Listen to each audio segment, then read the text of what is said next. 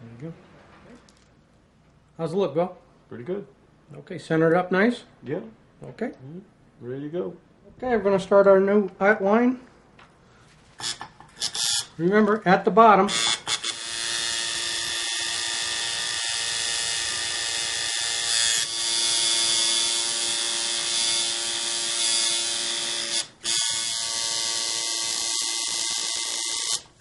we're going to get ready to do some color work now. We're going to start with our dark colors first, then work to the lighter colors. It's much better that way. Your colors stay brighter, because if you put a dark color on after you put your light colors on, they mesh in together and they distort the coloration. We have our colors already set out, and we're going to start off with our Venetian brown. This is in the Voodoo brand colors. A little bit of Vaseline helps keep the ink concentrated up here again.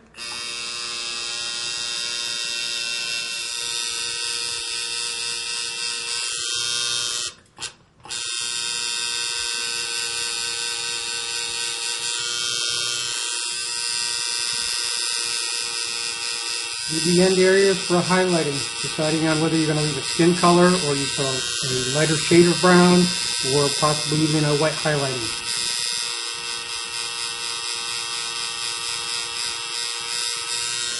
We're going to rinse out. We've been rinsing out in an ultrasonic cleaner with water in a cup.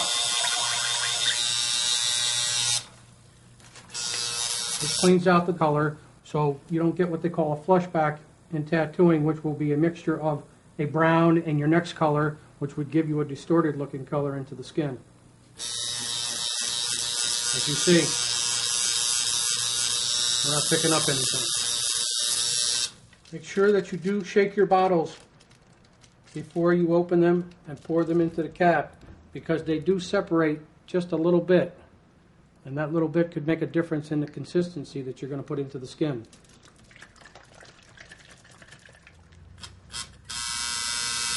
Okay, again, we're going to start at the bottom of the design. We're going to work our green right on up.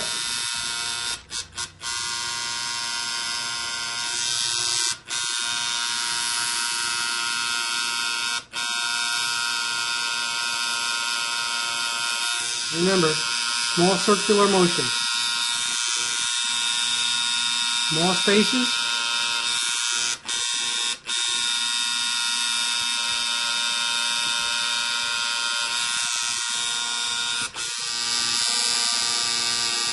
Small circular motions.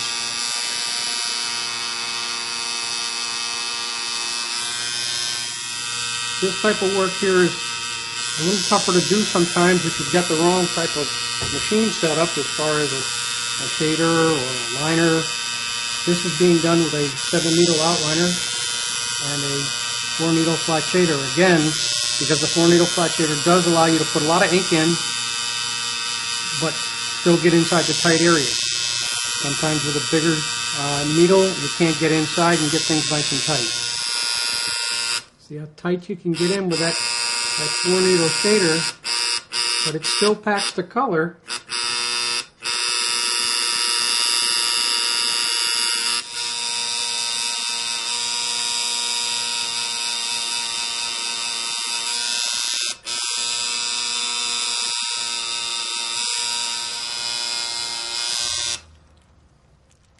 You're starting to get a buildup on the tip. You got to clean this off, because if you don't, it's not going to feed right again. Make sure you rinse out real well, because again, we don't want to get a flush back in a color and end up with a dirty color. By rinsing in the cup in the ultrasonic cleaner, it's sending sonic waves through the water, which is helping break down the excess ink in the tube to clean them. Also, you did see me do this many times after the rinse, and not only did I do that for the reasoning of the color, but you also don't want water laying back up in your tube, because that will thin your ink and you won't get true color.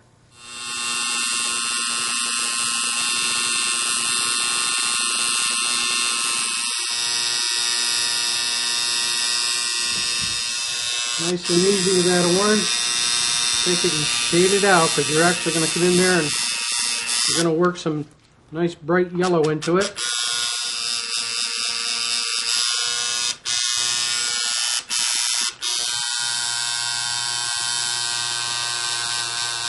Rinse it down and get a look-see.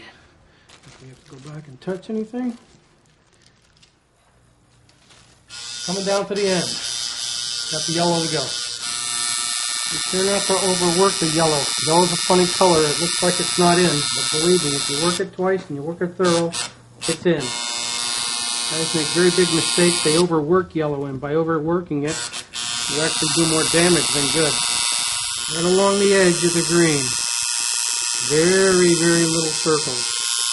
Let's pull that yellow right into the green. That's the big advantage of working a 4-needle shader. You can get right into those tight spots. Now I'm starting to get dirty color. I'm starting to get what they call that flush back I've been telling you about. It's more apt to show up with yellow because it's being such a light color. So now this is a case of having to rinse out again and then start again with the yellow. In this particular case, I'm not only going to rinse out, I'm actually going to stop and I'm going to refill. Over here I'm going to fill up a new cap full of yellow because I'm going to take this and show you. If you look at the yellow on the surface, there's distortion in the color. That means you're going to end up with muddy color again.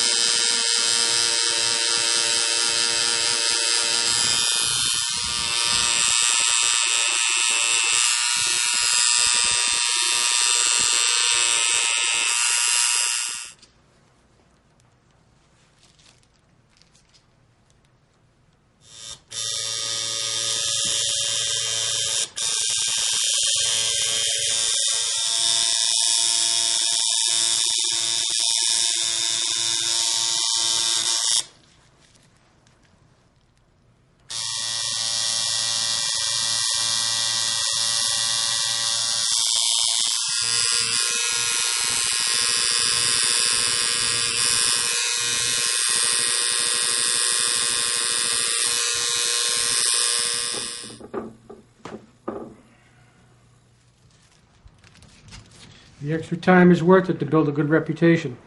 People will respect you and will come back to you for that, believe me.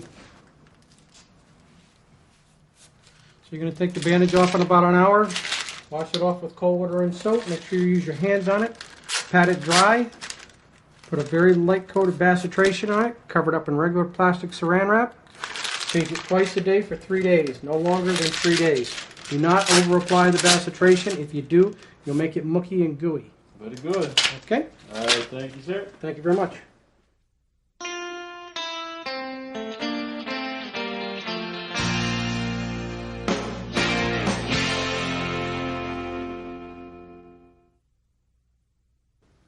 Oh, hi, Jim.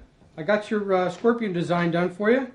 I did a hand-cut stencil for you, so we should be able to get that to fit on there quite well. What I probably need you to do first is kind of open up your shirt there, and we'll just kind of set it up here so we can get a look-see at it, how it's going to fit you. And let's place it in there. Let's dip it a little bit more. And that's perfect. Looks good. We've got a winner right there. Right now I'm going to place some stencil powder on here and I'm going to rub it off, and then I'm going to tap off the excess. And after doing a setup with the machines and prepping Jim's skin, I'm going to apply some Vaseline to the skin area, which will make the stencil powder stick to the skin, and that's what I'll be tattooing from. These stencils that you make for people are single use. They're not made to reuse. And as you see, the black stencil powder is actually going into the little cracks that I etched into the plastic with the stencil cutter. You want to make sure to dab off the excess powder so you don't make a mess on the skin. And as now, our acetate stencil is prepared to use. If you look, the black is all in the cracks. Okay, Jim, we're going to get you ready to do your cover up now. I'm going to clean your skin down.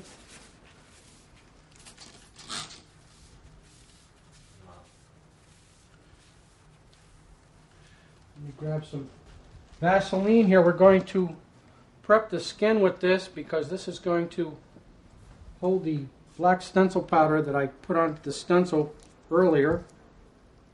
You want to be very careful how much you put on. You want to make the skin a little tacky. Okay, Jim, take your hands out of your pockets, please. Very important part of when you do any type of tattooing like this, arm work, make sure that you get your customer to stand up. Because if he's laying down, when you apply a stencil of any kind, it will be in a different position when he stands. This is back to where I had talked earlier about positioning. It makes it easy to position with an acetate stencil. Put it on, press it, catch it from the corner. Now you're prepared to do your tattoo work.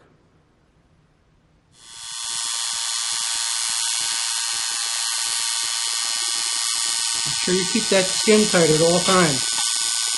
If you notice, I am going back and forth on each side, trying to bring the sides up semi-equally so I'm not coming in contact with any of the stencil as I'm working. We're going to wash it down. We'll get a look-see. If there's any touch-up work that needs to be done, we'll do it at this time.